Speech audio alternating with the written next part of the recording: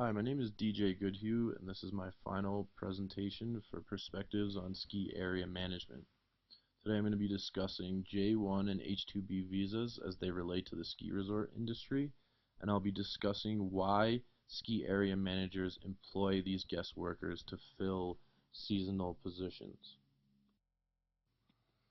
So first I'm going to tell you what a J1 visa is. The exchange visitor non-immigrant visa category is for individuals approved to participate in work and study-based exchange visitor programs. According to the definition on the official webpage of the U.S. State Department, it is meant to encourage a mutual understanding between American citizens and those of other countries. J1 programs are not categorized as temporary foreign work programs, but instead fall under the category of cultural exchange, as J1 workers tend to be college students whose work permits breaks from college. The majority of these students under J1 visas come from Argentina and Chile and Peru for winter seasonal positions, and then Eastern European students are hired for the winter seasonal jobs. So now I'm going to talk about H-2B visas. These programs permit employers to hire foreign workers to come to the USA and perform temporary non-agricultural work that is one-time seasonal, peak load, or intermittent for a maximum of 9 months. The H-2B program allows U.S. employers or U.S. agents who meet specific regulatory requirements to bring foreign nationals to the United States to fill entry-level positions in hotels and restaurants with seasonal business, also ski resorts. It is continually cited as both a solution to the problem of undocumented immigration and an avenue for contributing to it, as therefore it remains a salient and controversial element of the U.S. immigration policy. Workers under the H-2B visas usually come from Jamaica, South Africa, Australia, and New Zealand, but are not limited to these countries. The graph on the right demonstrates different work visas that are approved by the U.S. State Department annually. The J1 visas are represented by the purple dotted line, and the H-2B visas are represented by the red line. Now Lee, a journalist from the New York Times, wrote about the issues in 2005 from having a cap on the amount of H-2B visas approved annually and how that affected different resorts. He said, under the program, employers can apply for the visas only within 120 days of the time when the workers are needed. Since the federal fiscal year begins in October, that meant that winter destinations like Aspen and Palm Beach got the first chance and snapped up all the 66,000 spots. Now resorts are then left to fill the remainder of their seasonal positions with J1 visa workers, as there is no limit to how many of those are approved annually. In the West, Colorado ski resorts already snapped up as many as 14,000 H-2B visas for temporary work visas in a year. They hire hundreds of South American students via J1 summer work travel visas.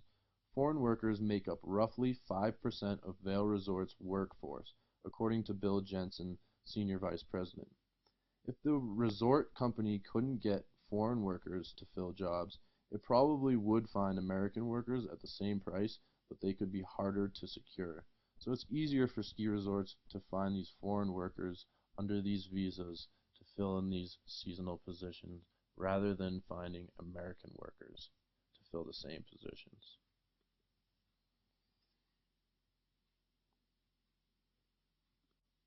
So one of my questions is, why are ski resorts hiring these foreign workers? Well, there are third-party recruitment companies such as UCE in Argentina that work with resort human resource teams to find foreign employees to fill labor gaps during holiday periods. Due to the increasing living costs in most developing ski areas, employers increasingly relied on importing labor from outside of the community, primarily drawing in a Latino population, which is undocumented, and to a lesser extent, foreign workers on visa programs. Resorts only have to pay guest workers $8 an hour, which is less than minimum wage in many states, to work in rental shops, food and beverage, guest services, housekeeping, ski school, and retail. These are the departments that get hit the hardest during holiday periods, so they need a little extra help. Apart from the actual wages and tax paid to the United States Citizenship and Immigration Services, for each foreigner hired via the H-2B visa, the resort offers no additional benefit to its international workers, which is in tune with its aims of rapid growth and capital accumulation. So there's definitely financial incentives for ski resorts to hire these international workers under these visas.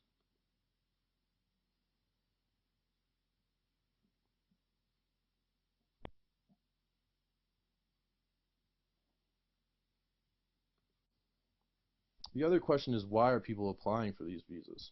Well, Diaz worked for Okemo Resort in Vermont in 2013 and spoke with a bunch of these international workers under these visas and found their reasons for why they came. Some of those included a wish to accumulate new experiences. Some were in search for a lifestyle that would break away from more serious professions or careers.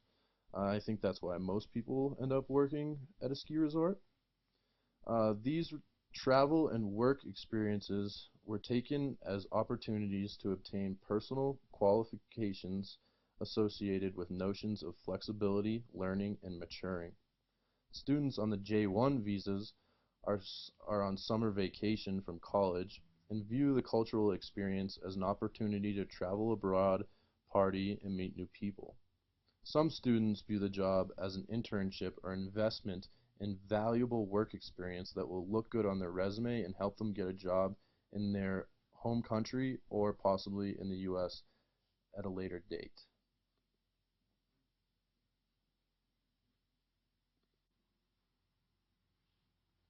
So some of the challenges associated with hiring workers under the J1 and H2B visas will be discussed here. Workers hired under H-2B visas are restricted to only working the job outlined in their visa agreement.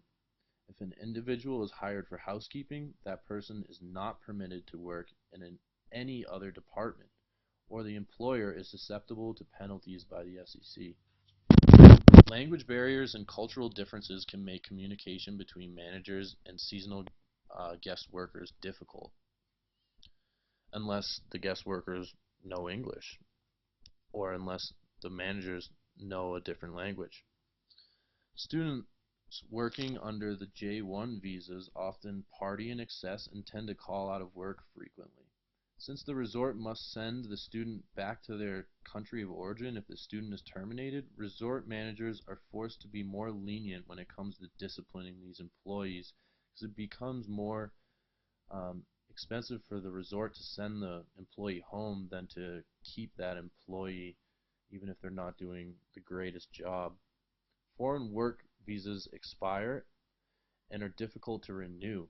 Therefore, it is difficult for managers to hire foreign workers as full-time year-round employees even when they're fully qualified and do their job very well. So to sum everything up, the loss of the American ski bum as a source of labor opened up space for an entirely new dynamic in the labor market.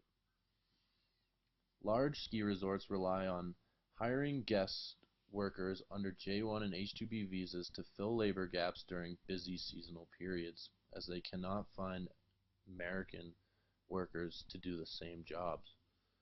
Ski resorts are attracted to hiring guest workers because of the cost savings associated with these arrangements. They can pay people under these visas a lot less than they would have to pay American workers, and they don't have to pay for um, their benefits.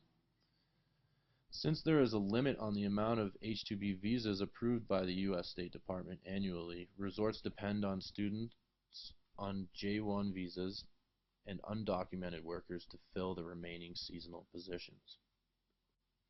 So my question for the class is, do you think that hiring workers under the J1 and H2B visas benefits ski area managers and ski resorts in general? Thank you very much for listening to my presentation, and I hope you all have a great winter.